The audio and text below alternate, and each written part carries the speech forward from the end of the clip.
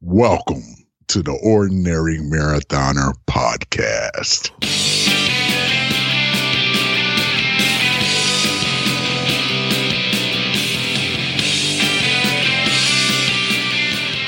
Hello and welcome to the Ordinary Marathoner podcast. My name is Scott. I'll be your host today. Got a good guest for you today. I'm going to bring her in, sort of a bonus podcast for this week. I didn't do one on Sunday. I just put one out pretty much 10 minutes ago, I guess. And then we're gonna put a bonus one in just before I leave for Lake Placid. I don't know. I hope it's a good one. I think we have a good guest. We have some interesting things to discuss. As always, you can find this and the back episodes of our podcast at our website, ordinarymarathoner.com. Check it out if you get a chance. You can also find them on the aggregators, places like Stitcher and TuneIn, iTunes, of course. Download that podcast app to your iPhone. Look up the Ordinary Marathoner podcast. Hit that subscribe button if you like the show. You'll never miss a new episode that way. You can also find me over on YouTube now. We got a YouTube channel up. We're putting all the podcasts up there. It's kind of a neat sort of secondary place where you can download the podcast and listen to it if you like. There's no real video there for the podcast, but we have been creating some of our own video stuff and kind of hope to expand that going forward. So check it out if you get a chance. Subscribe to the channel if you like it. We're going to be building it out. It's been a lot of fun so far. Looking forward to expanding that. Also got our Facebook group. It's called Ordinary Marathoners. It's a good group. A lot of positive people. A lot of really strong support over there. And whether you're a new runner or whether you're an ultra runner, very experienced, no experience, whatever you got, just head on over there. A great group of people. We'd love to have you join the conversation. You can also find me at Twitter at Ord Marathoner. That's O-R-D Marathoner. Follow me there and I'll follow you back. We can get the conversation going on over there as well. So, on to my guest for today. I guess a friend of Stephanie's, I think. I didn't really get a chance to sort of really chat with her. I thought we'd save it for the podcast. We're going to bring her in right now. Cari Rincker, welcome to the show. Glad to be here. So, how did you find the podcast? You mentioned, now, how did you know Stephanie, I guess, first of all? So, I am a family lawyer, and a few years ago, I actually wrote a book that was called Onward and Upward Guide to Getting Through New York Divorce and Family Law Issues. And your wife actually helped write one of the chapters of the book. So that's how I originally met Stephanie. And then about a year and a half ago, she had reached out to me just about brainstorming about some creative projects I think that you two were thinking about. And that's when she had mentioned this podcast. And I've been a subscriber and a listener, every week. Oh, wow. That's good to hear. I got to tell you, and you know yourself, I know that you do some podcasting yourself. It's like you put these things out there and you don't really know if people are listening or not. You can see the download numbers, but you don't know if people are actually listening through the entire thing or how much they actually get through. So, it's really nice to know that, that there are people out there listening. So thank you for listening. Well, thank you for, putting together a podcast. I think has just been, it's very real, it's very honest, and I've just really have appreciated that perspective on things. Yeah, I think that's kind of what I try to go to. I guess that's the way I try to frame the podcast. Is it's sort of, I have guests on all the time, but it's always like, it kind of ebbs and flows the way my mood tends to ebb and flow. If I'm in a good frame of mind, I feel like the podcast is always very positive, and if I'm struggling, as this year has kind of gone for me, it seems like, not that the podcast struggles, but it takes on a different tone. It's all real life, and I just try to keep it honest, and I guess that's the way it sort of stays fresh. But, I don't like it to be a contrived message. I just want it to be, this is what I'm going through, and this is, who I'm having on the show. So how did we get you here today? Well, I listened to your last podcast, I believe, about Lake Placid. I know you're getting ready to take off for that. Yeah. And, as a person who's been listening to you for the last year or so, I think I actually started listening to you last year when you were at Lake Placid and you had debriefed sort of your experience there. So I've been listening, for the last year on that. And the last podcast, I just felt that there was a lot of negativity about yourself and where you were from a health standpoint and weight standpoint. Right. And it bothered me. And, And I'm an overweight athlete and triathlete myself, and I think that part of what I love about the running community and the triathlon community is because when I'm out there and I'm participating in these events, I see people of every shape, size, color, age, and they're just doing it, and I think that if we as a running community cannot embrace that diversity of body types, then who's going to? Right. And, I have to say, when I read your message to me, and I thank you for being honest with me, because, it's so easy not to write a message like that. But, it's I guess it must have been, I'm thinking it was probably not the easiest thing to write to somebody and say, hey, this is the way I'm feeling about what you're saying, and I'm not really getting it lately. And I can totally see where you're coming from too, because trust me, the last thing, and one of the reasons why I thank you for bringing it up was because the last thing that I want to do is sort of portray exactly what you were saying. It's sort of like that negative stereotype especially with people who are overweight or struggling to overcome weight loss or through weight loss. That's the last message I want to send. So I guess, from my perspective, I think I'm just in the quest of being honest. I think I'm repeating the same thing over and over again almost every week, and it's not bringing the right message. But I'm struggling myself. So it's kind of hard to be very positive when I'm struggling myself. If you can, I mean, I don't know. I wonder if like we get so used to listening to people on the radio and on the TV and seeing them as sort of like an authority figure, when in reality, I am not that at all. You know what I mean? Do you think there's anything to that, or do you think, was it just a bad message I was sending? No, I mean, I see your point, and I know that I had mentioned to you that I've quoted you on Instagram, and I don't know if you even remember this podcast. It was probably 6 or 8 months ago. I mean, I'm not even sure when, but you were basically talking about, I'm sorry if I misquote you, but that you have zone 1 when you are on your A game, right? Yeah. You're eating well, you are following everything to a T, or you're in zone 2 where you are going to, have the Snickers bar or whatever it is, your Achilles heel, and you're not as disciplined with your workout schedule. And I can tell you that I really related to that podcast because I know that I am that way with my diet. I'm that way with my training. I mean, when I am in my zone 1, I have worked out every on my big whiteboard on Monday through Sunday, what exactly I'm going to do for my workouts in the morning and in the evening, and when my rest days, and when I'm going to get a massage, and I have it all worked out. And when I'm in zone 1, I have all my meal prepping done for the week on Sundays, and I'm ready to go. And that's my zone 1. And if I'm not in zone 1, I'm also in zone 2.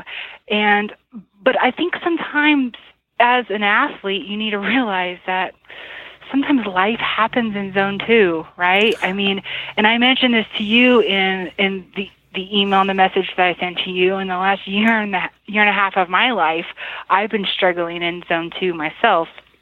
And in the last year and a half of my life, I've bought a farm. I definitely wanted to talk about this, by the way. Stephanie told me about this, and something about a cow on Facebook the other day. But anyway. Yes, I do. So I'm now a farmer, and I have a dog, and I've gone through puppy parenthood, and I now have a new respect for every single parent ever. And, I have a growing law practice that I moved from New York City to Champaign, Illinois, that is, doubled, almost tripling here. And that's been my life in the last year and a half, and it has been a struggle for me to get in all my workouts, right? It's been a struggle for me to get in, the 20, 25, 30-mile bike rides on the weekends, and to get my long runs and all those things. But, a friend, told me that, sometimes in life it's okay for your priorities to shift a little bit. And ultimately, at the end of the day, I'm just trying to compete with myself. I'm just trying to be the best version of myself. And, and trying to always search for that balance. And I'm not trying to say there's anything wrong with zone 1. I mean, I aim for it, but there's also no disgrace from being in zone 2. No, and I agree. I agree with you. I largely agree with you. I think that just to kind of compare that to my situation from this year, number one, I signed up for an event that is way over my head at the moment. And so if I'm not in zone 1, it makes me scared and nervous to compete in something like the Ironman. When I was in zone 1 for almost a whole year, I felt, even going into that, I was a little nervous because I'd never done one before, but I kind of felt like I was going to finish. And I felt very confident that unless something happened on the bike, I was thinking I was going to get through, and I did. And now I'm in this zone where I'm nervous that I'm not going to finish. And you hit the nail on the head with sort of like this life happens kind of thing. And, Stephanie's pregnant. She's 5 months pregnant. So we're going through that. And again, this isn't excuses. Another thing, and I'm sure that you go through this too as an attorney. I mean, probably going through school and everything was a very competitive environment, and work is a very competitive environment. And it's hard to then go and say, all right, well, why am I not performing to do something that I really want to do? Why am I not performing to my very best, to my top? What is distracting me? And it sort of feels like you're making an excuse. At least that's the way I feel about myself. I don't want to project it on you or on anyone else. But I don't like making excuses for myself too, So I've had issues with my job this year. Things are moving around, and I'm not going to be doing what I'm doing this time next year. And I really haven't mentioned that on the podcast, but it's been a very big source of stress. Dealing with split custody of my daughter, which I've been dealing with for a long time, but it's all part of it, We had some illness in the beginning, not really illness, but, Stephanie had kidney stones. We were in and out of the hospital a couple days. And, then there was a thing with my nephew last week. It just seems like this year has been very distracting and just things. And I hate, and it almost, by even saying it, I just feel like I'm making excuses for myself. You know what I mean? So it's been a hard year, Right. And I think that as an athlete, all you can do is do the best you can. And, basically like what you had said in the podcast, maybe you'll finish the race, maybe you won't, but you're going to give it the best you can. Exactly. And when you're done, you're going to set your next goal, but realize that along the way, there's going to be life is always going to happen. Yeah. And unfortunately I'm just not one of those people that can, I feel like I've made you the interviewer and I'm the interviewee. But unfortunately, I'm not one of those people who can just kind of go off of my zone 1 and just, zone 1 training program and just sort of exist in that stay in shape. And there are people that do this, right? We all know people that do this. People that can roll off the couch and do a half marathon, after not training for months. I mean, we know people, everyone knows people that can do that. I'm not one of them. I imagine you're probably not one of them either. No. And it's frustrating, it's frustrating because I'm not training. I'm training, but I'm not doing enough. And the focus isn't on the diet, and the focus, I think when it came to this podcast and the whole reason I started it, one of the reasons I started it was to give myself motivation and to show and display like stories of people who have gone through it and lost weight. And we had a lot of those stories. And we did have a couple people on recently who have gone through it. I'm trying to think of her name. I can't even think of it. She just ran 100 miles. What's her name? Oh, it's driving me insane. I'm going to think of it for the second half of the show because I don't know.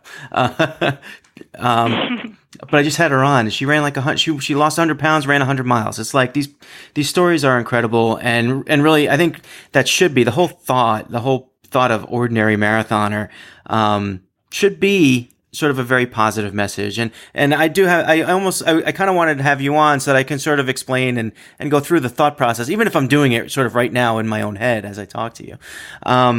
So I just want to thank you for sort of pointing that out. It's also maybe sometimes life brings those pounds back, like even in my own life, like I lost 40 pounds. Yeah. That's part of my story. And, part of that story had me quitting smoking. Part of me had me getting off the couch finally and starting to run, for lack of a better word. And, so I went through that 40-pound weight loss program, but now in my year and a half of zone 2, like 15 or so of those pounds have come back, and that's life. And all I'm going to do is just take it one day at a time, hopeful that I'll make it through my whole 30 tomorrow. And one meal at a time. I think sometimes we can always look at these big goals, and I think one of the most profound things that was ever told to me is that you just take it one meal at a time. Don't focus on trying to lose 30 pounds. You're just trying to get the next meal. Yeah, and that makes sense to me. And we've had some people on the podcast in the past, probably before your listening time, but we had someone named Bill Psycholic come on, and Bill was talking about, and actually, to be honest, I think he might have been talking to me after the podcast, so it might even be on the show, but one of the things he relayed was that when he tries to eat, he always thinks of it as he's fueling his body. Whatever he's eating, he's fueling for his next endeavor. And he's running a marathon in every national park in the United States, which he might even be done with by now because it was so long ago, the podcast. But so someone like that who has got a goal like that, he's able to sort of focus on. And I think he was vegan too. So even more willpower, I think, to get that done. But, focus on fueling his body for what needs to be done next, as opposed to, oh yeah, I could sure dig some, Ben and Jerry's right now. And I've tried that with with limited success at times, try to get that frame of mind where I just think, all right, everything I put in my body is for a cause. But for some reason this year, just it hasn't been good for me. And I think for me also, it's frustrating. And what's frustrating is, I constantly been talking about how my clothes don't fit, and that's frustrating. And if you're one of those people whose weight go up and down, you know how it is to like restock your closet with clothes, and then all of a sudden you got to go back to the old clothes or the clothes that you bought that fit so nice when you bought them, they don't fit as nice anymore. Like that kind of thing. It just, that kind of thing bothers me. It's not so much the vanity as it is, I don't like being in clothes that don't fit.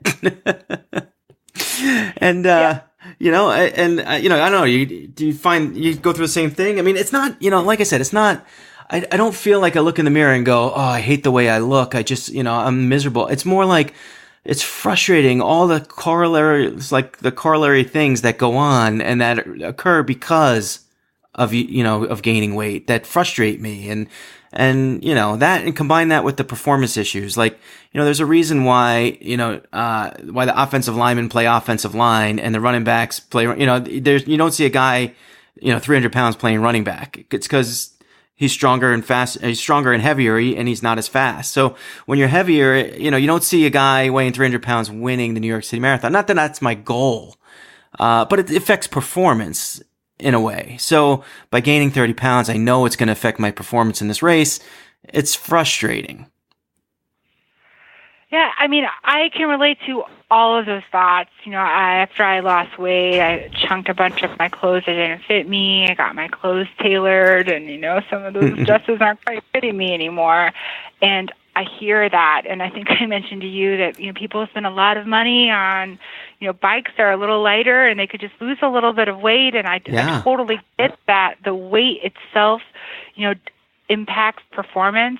But I think the thing is that you still have to love whatever body that you have at that moment. I don't think there's anything wrong with trying to pursue a better version of yourself that's a little fitter, weighs a little bit less, as long as you have a healthy perspective on it, that, you're keeping your health sort of first and foremost. Right. And I see where you're coming with that.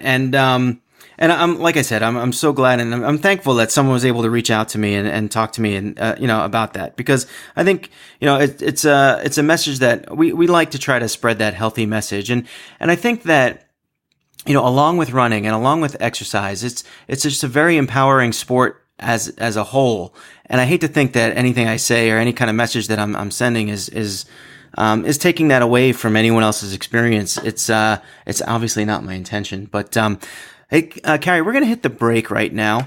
We gotta learn more about you. I brought you on here, and then I just kind of like spouted off went on my own rant, I guess. So I apologize for that. We're gonna learn more about Cari in the second half right after the break. Hey guys, my friend Lauren is creating an incredible resource for runners and triathletes. It's called raceadvisors.com. She has amassed a list of thousands of races, 5Ks, 10Ks, half marathons, marathons, ultramarathons, and triathlons, and anything in between. If you're thinking about running a race, look it up and check out the reviews. Have a favorite race of your own? Look it up. See what others have to say about it. Or better yet, leave a review of your own. raceadvisors.com. Read it, race it, review it. I may not have a lot of hair, but I tell you, I know style when I see it. And I know you guys and gals with the flowing locks, you need something functional to keep that hair out of your face when you go on your daily run. And I have just the thing for you. It's called Greasy Girl Headbands. And I know what it sounds like, but it's not spelled that way. It's Greecie, girlheadbands.com. They make headbands that are specially designed for the runner to keep that hair out of your face, out of your eyes when you're out there on your daily run. So check them out. GreasyGirlHeadbands.com, Greecie, and find a design that's perfect for you. All right, we're back now from break with Cari Rincker. Cari, I do want to apologize to you because I feel, like I said, I feel like I brought you on the show and then I just kind of, I used sort of your message to kind of go off on my own here a little bit. But I feel like let's get to know you a little bit better in the second half of the podcast. What do you think? Sounds good. All right. So I'll tell you what I know about you so far. So I know you're an attorney, and now I know that you own a farm, which I think is really cool. I do want to get into that shortly, but let's start sort of with your running background. How did you get into running? What started it all for you? Well, I grew up a little bit of an athlete. I played basketball, volleyball, and I ran track. So I sort of come from a sprinter perspective on things. And then, college happens, and I didn't really run a lot through that experience. But so I've had sort of an on and off relationship with running. Since then, I did do the Chicago Marathon, during graduate school. And then I didn't really work out much during law school. I think I mentioned to you before that I quit smoking. Well, I actually started smoking around law school, and I smoked for about a decade of my life. And then on the flip side of things, whenever I quit smoking, when you do positive things for your body, it's so much easier to do other positive things. So it's easier to eat better and to not drink soda, and then start moving and exercising. And that's just sort of started that health and wellness part of my life. So I think probably in the last 5 years or so, I've been pretty athletic and doing a lot of half marathons. I did the New York Marathon about a year and a half ago, and I got into triathlons a few years ago as well. Wow, that's so you've sort of you've built it up. You've done 2 marathons. That's very impressive, and you said you're doing another one soon, we think. Well, I'm registered for the New York Marathon in November, but sort of like what you were saying about Lake Placid, I mean, I feel the same way. I mean, I think a lot of athletes can definitely relate to that I signed up for this event, and who knows whether or not I can get in shape in time for that. But, I think sometimes you just got to try and give it your best go. Yeah, and I think you do have a lot of time still from New York, and I actually downloaded recently a marathon training plan for the Hartford Marathon, because I'm going to be doing that, which I think is about 2 weeks before New York City.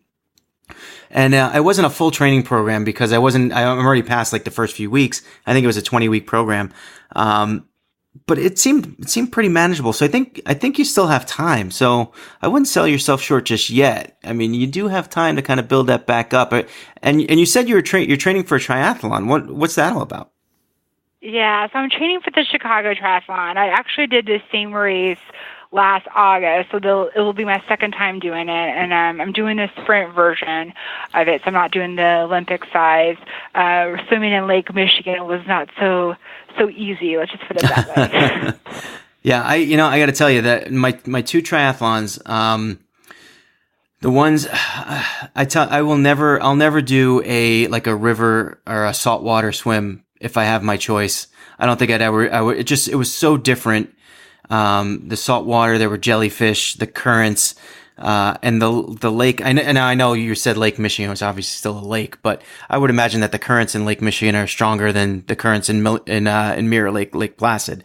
Was it the currents that sort of, was it the current or the open waterness? What was the thing that sort of, I guess, was intimidating or something that you had to overcome?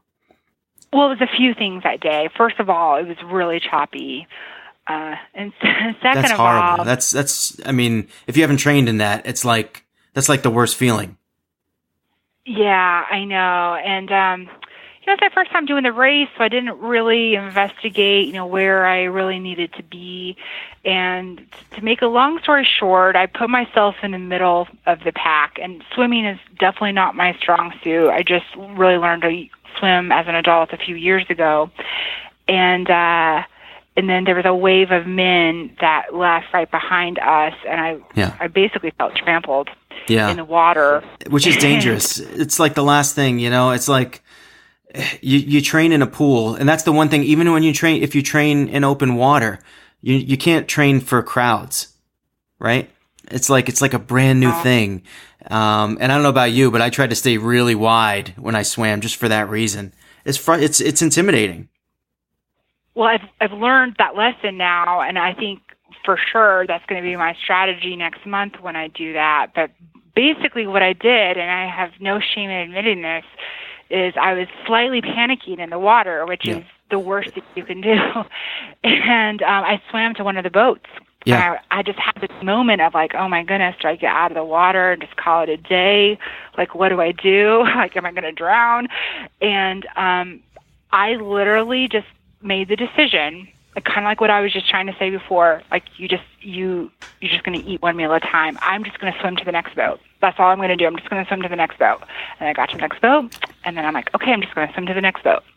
And then that's what I did all the way to the shore, and I survived the swim. And I got to tell you, I love that. I love that. I love, there's no shame in that. And the rules, I know the rules for Ironman are, if you need to stop, you can stop. You can grab onto a boat or a raft. You just can't be moved forward. So the guy can't like row you forward like 100 yards and keep swimming. But especially the water, it's not like, look, it's not like a bike. I mean, the bike, yeah, if you get up to a hill, maybe you can get intimidated, but it doesn't necessarily mean, you're in danger. Maybe if you're in a crowd of people, which some triathlons, they don't let you really get into a crowd. The rules are such that you're not supposed to be in a crowd. It can be intimidating or short, but at least the worst that's going to happen is you can slow down and you might fall over, you might skin your knee, you might hurt yourself a little. And if you get caught in the water, the ramifications of drowning are so much worse. That's why, it's so much worse. The possibilities of what could happen to you in the water. Now, if you're wearing a wetsuit, they're fairly buoyant, and it's really I think it's kind of hard to drown in a wetsuit. But like I tell you, like I get foot cramps and leg cramps when I swim sometimes, and they hurt really bad. They're really painful. And the thought of being out there in one of these long events and getting stuck with like a leg cramp or something in the middle of the water is certainly intimidating. So I totally understand where you're coming from with grabbing onto a boat, especially if it's your first one. I was so thankful for Jen Bergstrom for getting me out in the open water before I went to that race, because I hear that people just go there for the first time and they do their first open water swim at the race, and man, I'd be scared. It's so intimidating. So there's definitely no shame in grabbing onto the boat.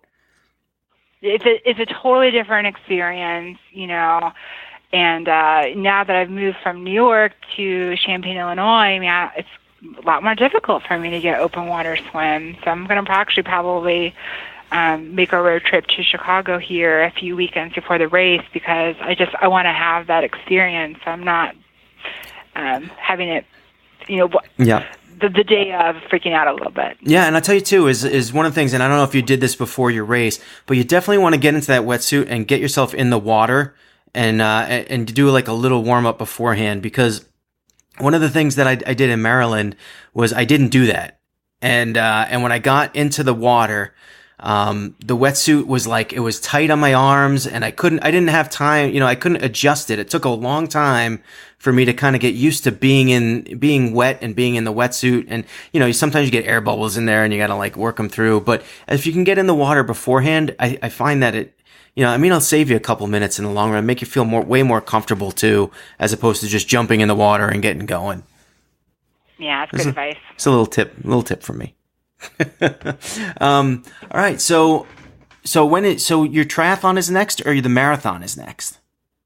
So my triathlon is next month. So, in trying to get the training in the next 6 weeks before that hits, and then the marathon will be in November. So now, how do you do this and have your own law firm? How does that work? Well, it's really hard. And you have a farm. And people ask me all the time, well, how do you do it all? And my response is I don't, and I think that you have to be forgiving to yourself sometimes, if you miss a planned swim or a planned run, and, you just have to sometimes just do the best you can. And that's what I do. Do you ever forget to milk the cows? My cattle are beef cattle, so no milking going on. All right. And I have to miss a feeding, but we all have choices in life, I guess. And I look at parents, and I'm thinking to myself, my goodness, I can barely take care of a dog. And so, we all just sort of do the best we can. So tell me a little bit. We're going to go off of the running a little bit here. So I'm very interested in the farm. I really am, because, I always usually have a garden, and that's actually one of the things that I actually haven't done this year, and I didn't do, was every year for the last 4 years, I've planted a garden in my backyard. I have a little separated garden area. It's all there for me. And this year, I just didn't, not that again, I don't want to make excuses. Not that I didn't have time. I just didn't allocate my time for the garden.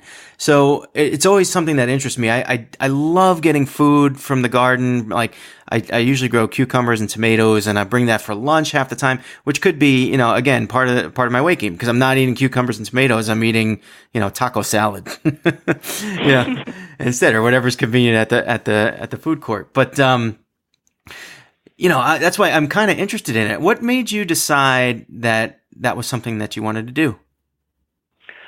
Well, first of all, I grew up on a farm. I grew up on a beef cattle farm in a really small town, about an hour and a half of where I live now. So I moved out to New York. I was there for law school, and thereafter, so I spent about a decade of my life in New York City. And I think that during that time, and I love New York. It was a fantastic experience. But during that time, I think I started really yearning for more space and a dog. I now have a hammock, and to have animals again, and to have those experiences.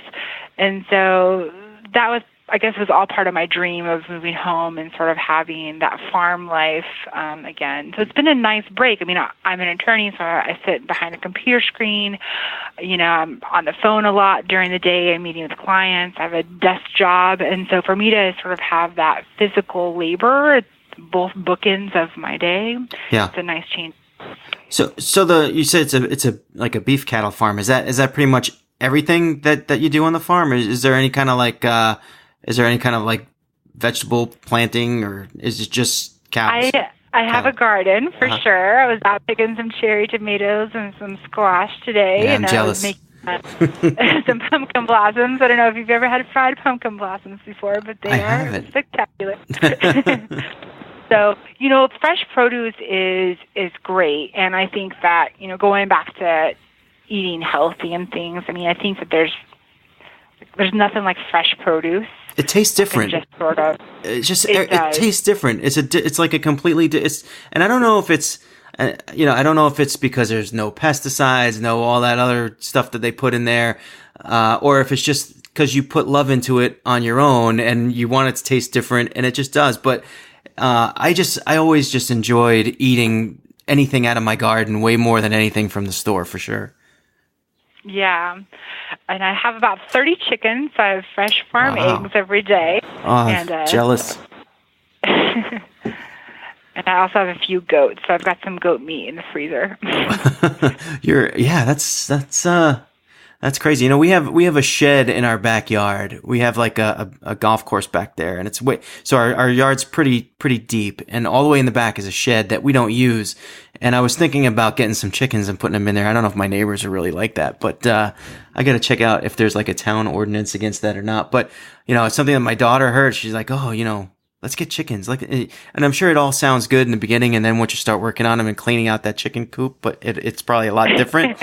But yeah, I'm all for that stuff. I wish I had not. I don't know if the guts or the time or the what. I don't know. It's it's a big commitment.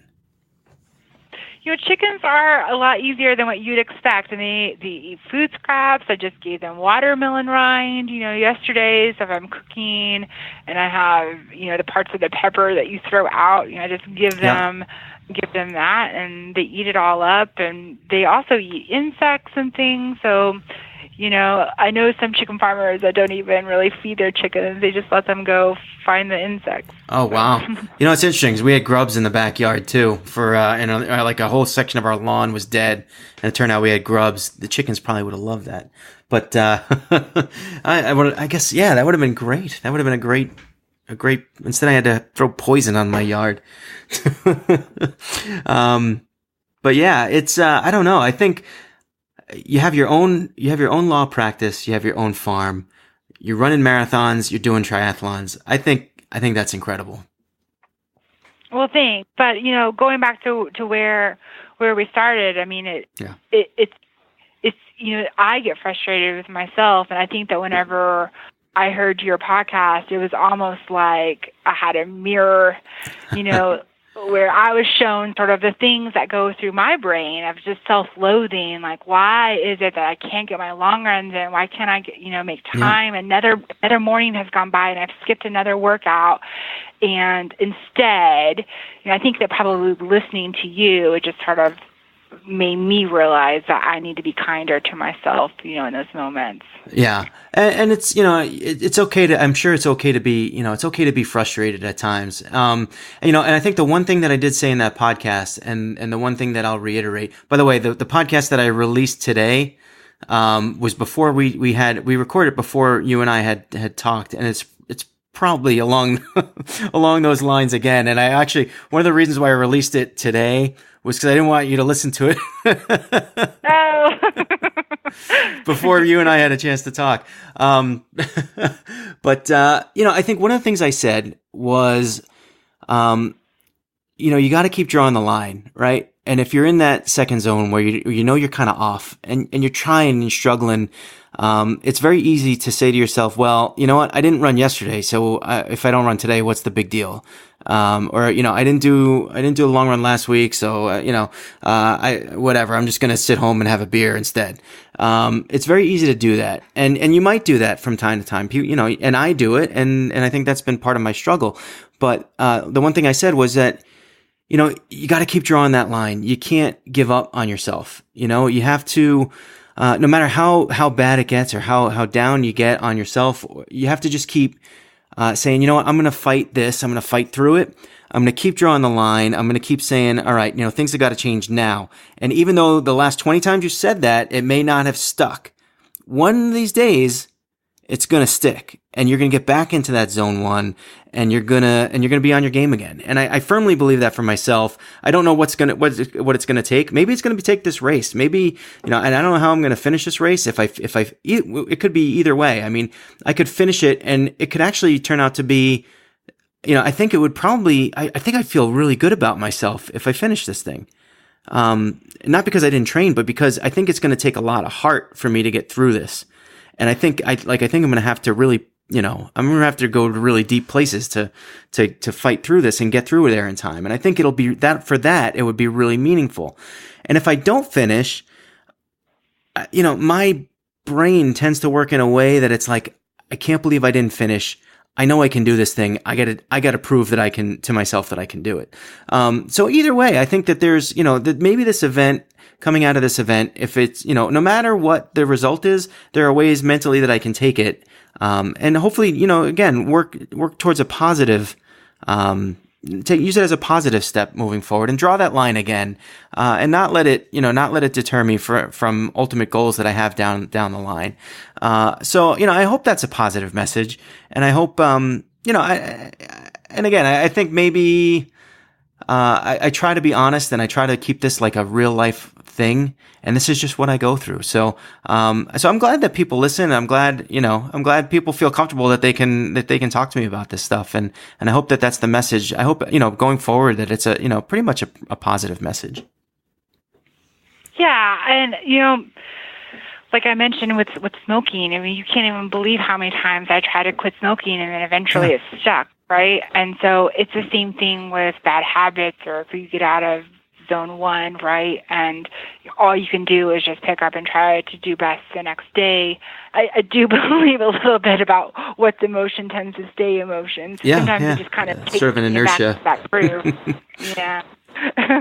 But you can't if what you want, if the goals that you want, whether they be sort of aesthetic or whether they be geared towards doing triathlons or marathons, or even if it's your first 5K that you're just looking to do, or running your first mile, all that stuff, it just you have to draw that line, and you have to make that goal a priority, and you get the results that you want. It's just sometimes you stumble, and sometimes it's just harder to pick yourself up than others. So I think that the message is that you can be in that zone 1, you can be in that zone 2, you can always go through rough times, but don't ever give up on yourself, and always never fear drawing the line and starting again, because you can do it at any moment.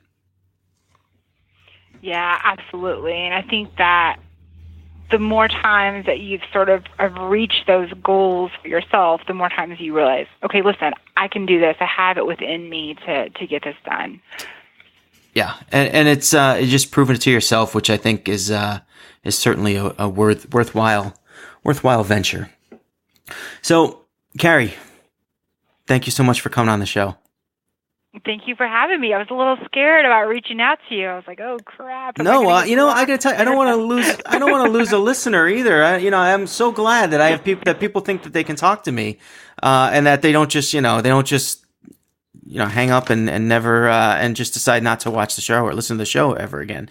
I think that's a great thing. So thank you for that, and you're gonna have to get on that discussion group and let us know how this triathlon goes and how your marathon training's going. I want to hear a little more from you. I will. I'm one of those lurkers that you always talk about. So. I do it on so many sites though. I'm the quintessential lurker, except for my page.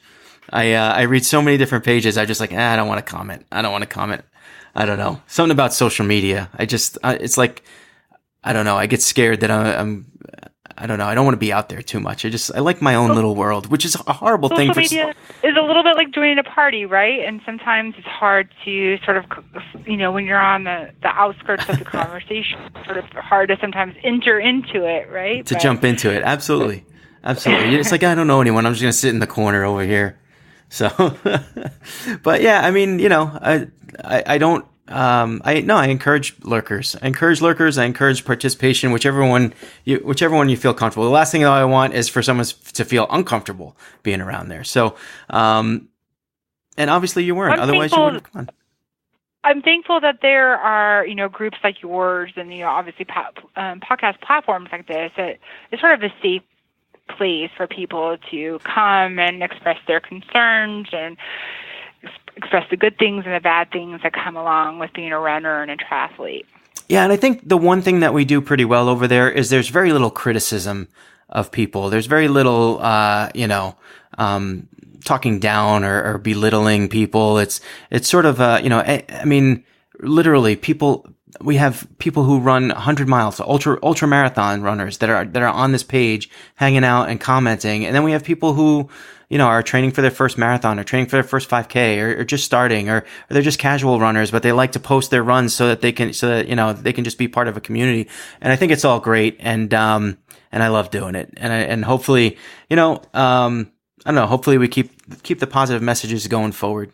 So thank you again, Cari. What's the name of your podcast? You want to throw that out there I know it's like probably a legal thing. It has not been released yet, but it is actually an agricultural law podcast. I'm doing it in conjunction with Purdue University. It's going to be released next month, and it's called Ag Law Today. So for anybody, any fellow farmers out there, this will be the podcast for you. Well, what if you ever want like someone who is like a backyard gardener who's like looking to maybe like throw some chickens in his shed or something like that. If you ever need a guest like that, you let me know. I'd be happy to come on. All right. That sounds good. All right. Cari Rincker, ladies and gentlemen, thank you for coming on the show. Thanks, Scott. All right, we will be back again sometime next week. Obviously, I have Lake Placid on Sunday, and then we'll do the recap afterwards. However it goes. I mean, finish, not finish. I think we're gonna finish. That's what I'm gonna start thinking positively after today. We're gonna finish. We're gonna give you a happy recap sometime early next week. And until then, always remember, when it comes to running, I'm no expert. I'm just ordinary.